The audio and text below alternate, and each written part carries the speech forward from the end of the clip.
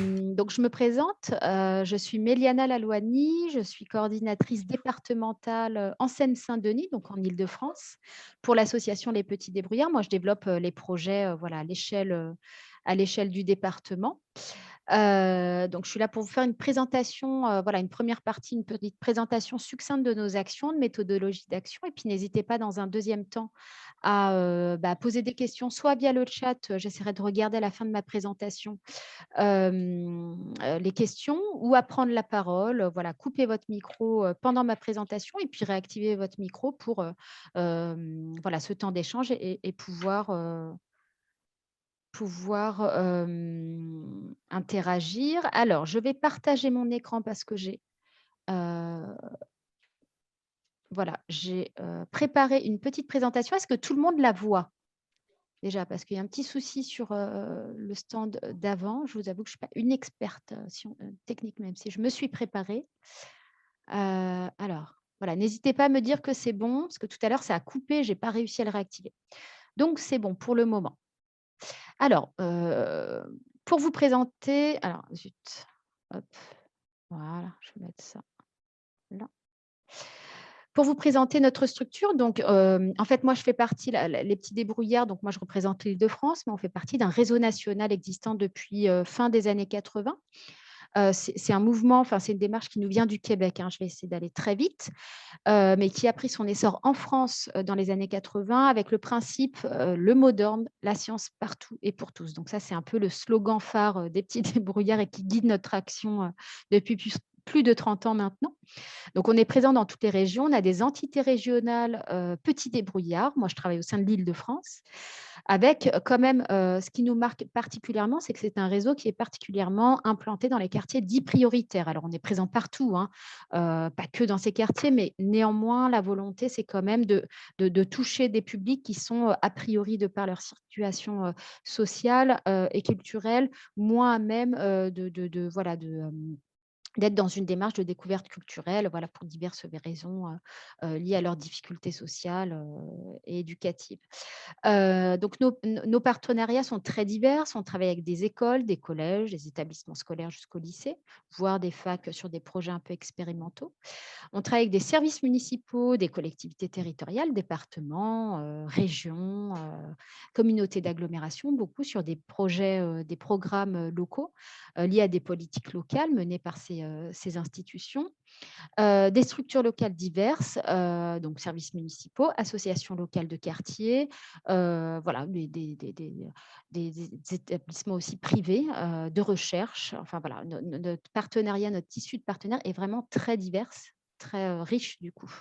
En Île-de-France, par exemple, pour vous parler de l'Île-de-France, on est 21 salariés, permanents et on travaille avec une cinquantaine de vacataires qui sont formés à l'interne à notre méthodologie d'animation qui est un peu particulière. On est une association agréée, jeunesse et éducation nationale, agréée aussi, complémentaire de l'enseignement public et éducation et aussi relevant de l'éducation populaire. Donc on est, voilà, un réseau assez, repéré par l'État. Heu voilà, avec une certaine, du coup, légitimité qui reconnaît, notre travail qu'on s'efforce de faire au mieux au quotidien. En termes d'objectifs et de démarche pédagogique, nos objectifs, c'est de former des situations responsables, et les plus, avec un esprit critique le plus aiguisé. L'idée vraiment, c'est de faire émerger un esprit critique, dès le plus jeune âge.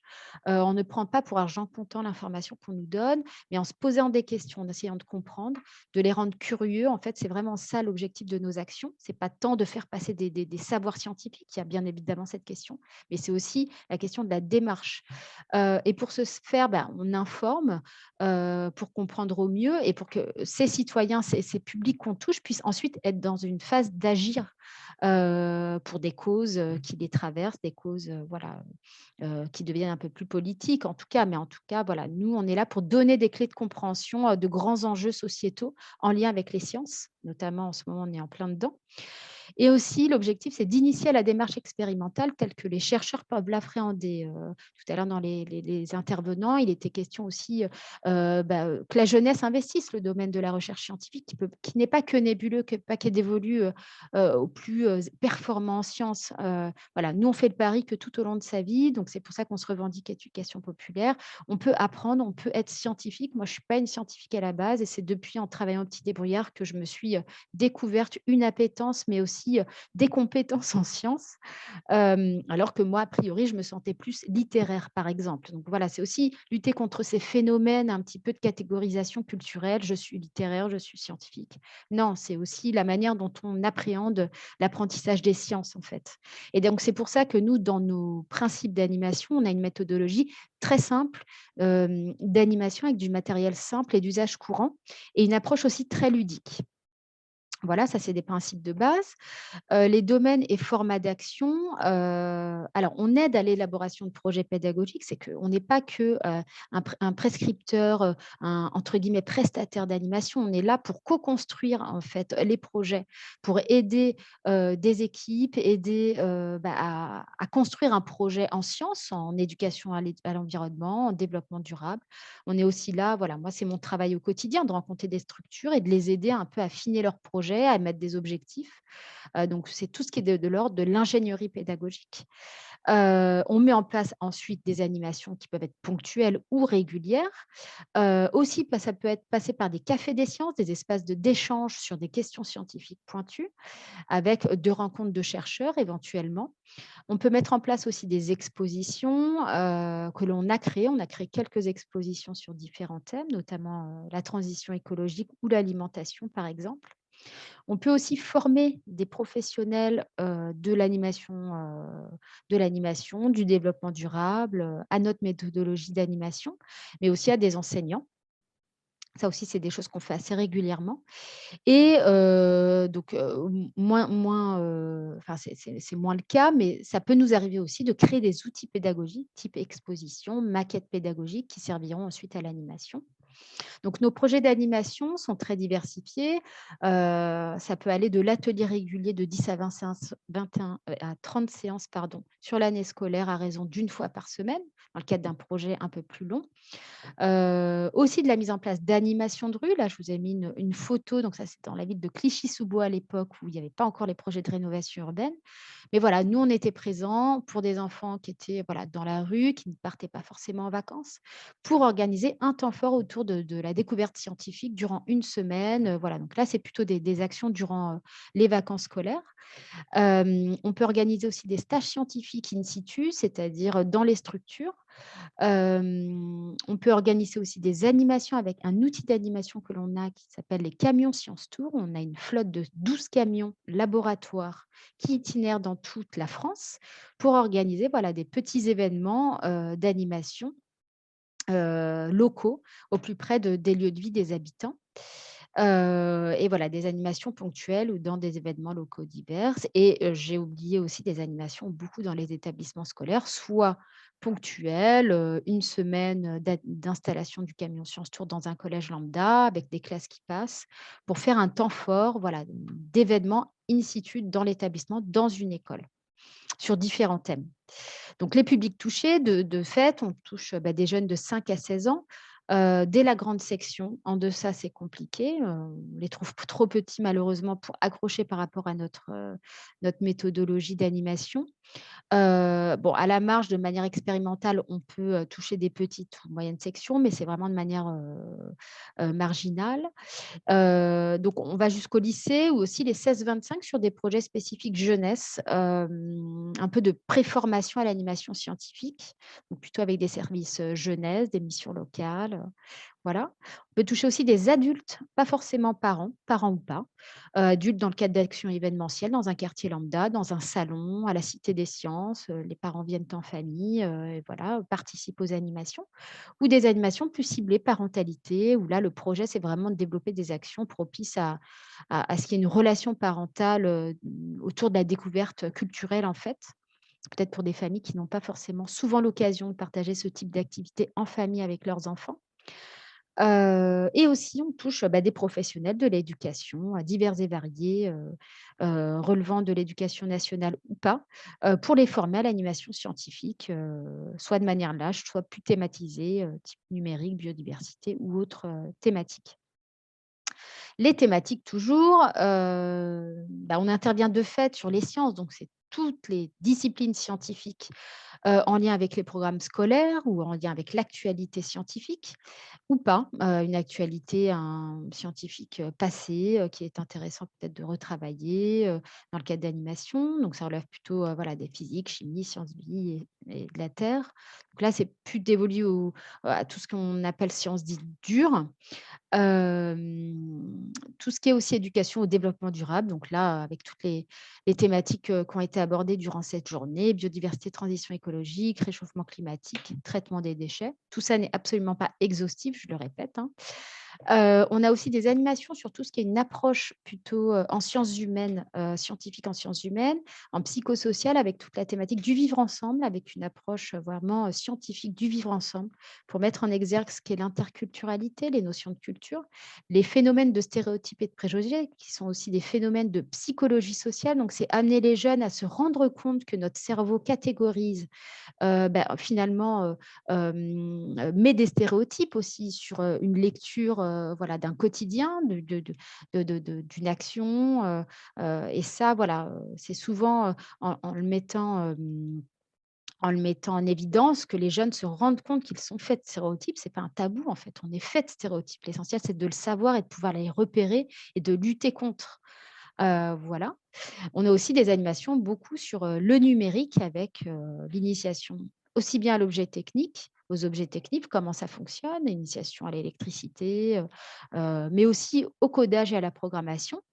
Pour aller ensuite à l'utilisation des réseaux sociaux avec beaucoup d'animations sur tout ce qui est identité numérique et la lutte contre les fake news. L'idée, c'est d'amener les jeunes dans nos animations à comprendre qu'en interagissant sur les réseaux sociaux, ils se construisent une identité numérique qui peut avoir un impact sur la vie réelle. Donc c'est juste qu'ils aient un usage le plus raisonné possible de ces réseaux sociaux. On n'est pas moralisateur, mais néanmoins, on peut donner des clés de compréhension pour amener les jeunes à avoir cette réflexion, en tout cas, qu'ils aient pas un usage immédiat des réseaux sociaux sans avoir réfléchi avant à si je poste ça, ça va peut-être faire ça dans la vie réelle quand je retournerai au collège. Enfin voilà, c'est un petit peu autour de ces questions-là que nous, on intervient. En matière de sensibilisation au développement durable, je vous ai fait un petit zoom sur des thématiques que l'on peut, aborder, sachant qu'elle n'est pas du tout exhaustive. Donc si vous avez des idées, voilà, il ne faut pas se dire: «Ça rentre pas dans cette liste, donc ils ne le font pas». Voilà, tout ce qui a trait à la biodiversité avec une approche plutôt naturaliste de la découverte de la biodiversité. Ses rapports à l'agriculture, à l'alimentation durable, l'impact du changement climatique sur sa richesse, sur les insectes pollinisateurs et puis l'importance, de la biodiversité en ville. Pourquoi aujourd'hui dans les espaces urbains, on a tant à cœur de réintroduire des espaces de biodiversité? Quel est leur rôle finalement et pourquoi? Puis des ateliers autour de construction à insectes, de mise en place de compost, de bacs de compost. Donc on n'est pas que dans le faire, on est aussi dans, comprendre pourquoi quel est le compost? Les phénomènes, voilà de comment dire? De décomposition organique, des matériaux que l'on va jeter dans le compost. Donc ça aussi, on a des animations autour de ça. Du changement climatique, de l'eau et de sa répartition inégale sur la planète, de sa gestion en tant que ressource naturelle qui n'est pas inépuisable. Des animations autour des énergies avec les différents types d'énergie, les énergies fossiles, les énergies renouvelables, toutes les problématiques autour de cela. Et enfin, des thématiques autour des déchets, du tri recyclage et aussi de l'éco-citoyenneté, même si, c'est une thématique qui finalement, est en lien avec toutes les autres thématiques. L'éco-citoyenneté, c'est, appréhendé avec un certain nombre de domaines, mais bon, voilà, je l'ai rattachée, aux déchets parce que souvent, malheureusement, elle est rattachée à que cette question des déchets, même si pour moi, elle est plus large, que cette question-là. Voilà et pour finir, quelques Zoom projets, quelques exemples. On a installé par exemple dans un collège, une semaine notre Science Tour, notre camion Science Tour sur la thématique de la biodiversité avec un passage de classe autour d'animation, autour de la découverte de la biodiversité dans son collège, avec, des techniques naturalistes de comptage, d'observation de la biodiversité. On met en place aussi des clubs sciences sur le temps méridien, par exemple, dans le cadre scolaire ou sur le temps scolaire. On peut former des élèves éco-délégués sur les différentes thématiques dans le cadre de la mise en place d'une démarche d'agenda 21 scolaire.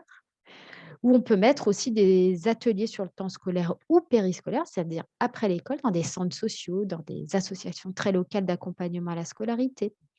Dans le cadre de projets environnement, transition d'une structure, un centre de loisirs, un espace jeunesse, une asso locale ou d'un établissement scolaire, ou une classe en fait, pas qu'un établissement au sens large.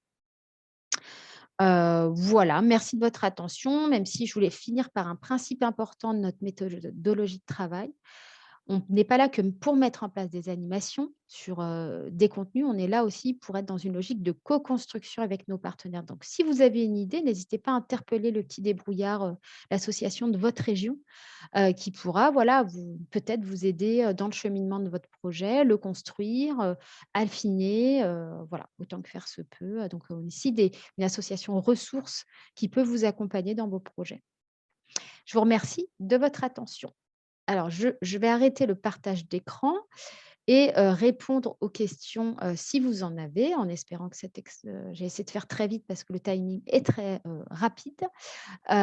Donc j'ai une première question de Laurence. Hem, Laurence Rebourg qui me demande comment participer à nos formations. Alors là, je vous dirais que ça dépend des régions. Moi, je sais que, par exemple, nous, on est financé en Seine-Saint-Denis par la DDCS et c'est nous qui gérons les inscriptions. Donc, je pense que le mieux, c'est de contacter, les petits débrouillards de votre région. Vous avez le mail des petits débrouillards les petits débrouillards nationaux parce qu'on a une tête de réseau, en fait, qui chapeaute les régions. De contacter, l'association régionale de votre département qui pourra ensuite vous orienter, vous dire si ils font des formations, parce qu'on n'en fait pas tout le temps, c'est selon les budgets que l'on décroche pour en faire, en fait, ou on peut intervenir aussi en prestation. Mais le mieux, c'est de prendre contact avec les petits débrouillards de votre région et eux pourront vous, informer. Par exemple, si vous êtes en Seine-Saint-Denis, c'est avec moi qu'il faut voir. Là, on a des sessions de formation qui arrivent.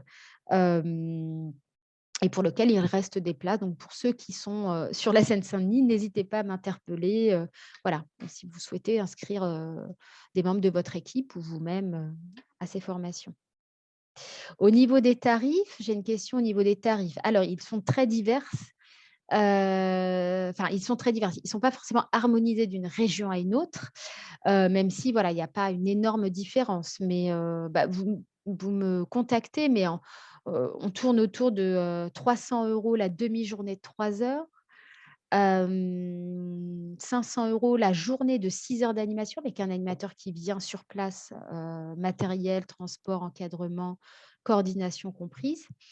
Les journées sciences sources sont un peu plus «chères» entre guillemets parce que voilà, c'est un peu plus de matériel aussi déployé. N'hésitez pas à revenir vers moi pour que je vous donne un peu tous les tarifs, dans le PowerPoint que j'espère pouvoir vous envoyer mais là, je peux vous mettre mes coordonnées. N'hésitez pas à revenir vers moi par mail, pour toute question auquel là, j'aurais pas pris le temps de répondre en totalité, en fait. Voilà, je vous mets mon mail dans la discussion. Est-ce que vous avez d'autres informations? Parce que le timing est extrêmement serré.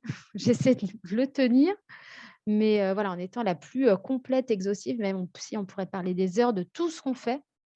Hem, mais voilà, je vous laisse mon mail, même s'il était dans le PowerPoint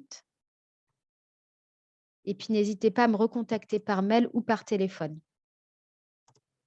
Je pourrais être tout à fait voilà. Donc moi, je suis sur l'Île-de-France, hein, donc sur la Seine-Saint-Denis, mais après voilà, je peux vous aider à relayer, voilà. Est-ce qu'il y a d'autres questions? Parce qu'il y a un autre stand qui va commencer, une autre session, donc je vais devoir vous quitter. J'espère que cette présentation vous a profité, qu'elle était assez complète. Vous avez tous vu mon partage d'écran?